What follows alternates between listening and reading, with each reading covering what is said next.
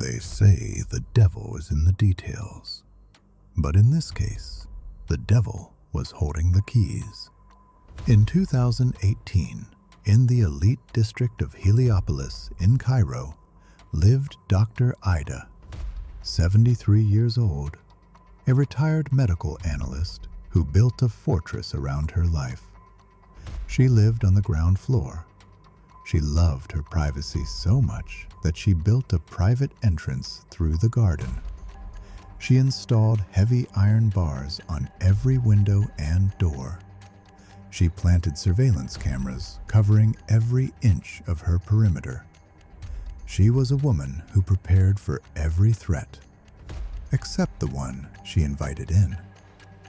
The neighbors respected her distance, but after 2 days of total silence, the air changed. Literally. A foul, heavy smell began to drift from her apartment. Flies started gathering at the door in swarms. The doorman knew Dr. Aida was obsessed with cleanliness. So this was a red flag. Security arrived within the hour. They broke through the iron gate.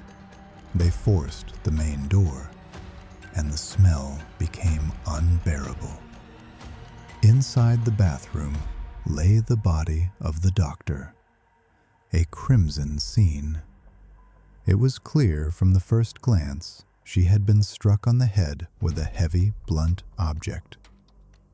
Now here is where the forensic team started to see the contradictions. The bedroom was chaos. Clothes on the floor, drawers pulled out. It looked like a frantic robbery. Missing items. A TV screen ripped from its mount.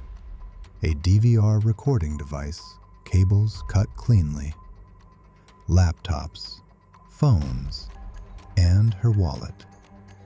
But the crime scene investigators found something strange. There was no forced entry.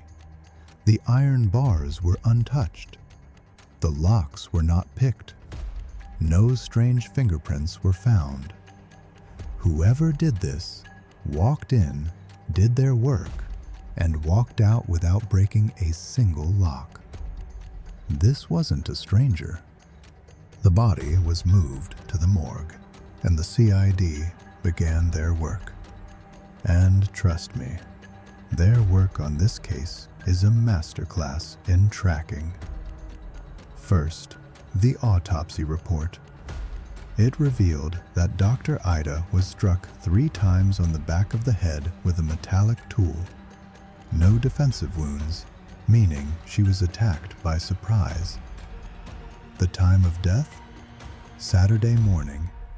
But the body wasn't found until Monday. That's a 3-day gap.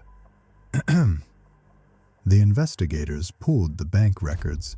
They found a withdrawal of £1,000 from an ATM in Al-Mataria district on Saturday night, hours after the murder. Then, another withdrawal on Tuesday from a different ATM in the same district. The circle was tightening around Al-Mataria. Detectives turned to the empty boxes left in the apartment. The phone boxes, the tablet box. They tracked the serial numbers. The phones were dead. But the tablet? It pinged the network once in Al-Mataria, then went silent. A police force raided the location of the signal, a mobile shop. The shop owner was terrified. He admitted he bought the tablet without a box. Why? Because a man and a woman came in crying. They put on a performance worthy of an Oscar. They claimed their child was in the hospital and they needed cash for surgery. The shop owner, believing the lie, bought the stolen device. Criminals rely on our humanity. They use our empathy as a weapon. That shop owner thought he was saving a child. Instead, he was funding a killer. The police showed the shop owner photos. He described the couple perfectly. Then, they pulled the CCTV footage from the ATM machine. They showed the image to the doorman of Dr. Aida's building. He gasped. "That's Hoda," he said. "The cleaning lady." Hoda, the woman Dr. Aida had trusted for 3 years. The doctor didn't just employ her, she treated her like family.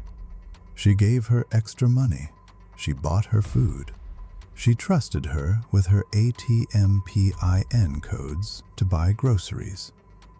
Dr. Aida had cut ties with almost everyone, but she let Hoda in. Police tracked Hoda to her ex-husband's mechanic shop. He crumbled instantly, admitting he helped her sell the stolen goods. Hoda was arrested, and her confession revealed a level of coldness that chills the bone. She had planned it for weeks. She knew the camera locations. She knew the schedule. On that Saturday at 7 a.m., she knocked on the door. She was carrying a large, heavy bag. She told Dr. Aida, "I found fresh fish and chicken at a great price for you."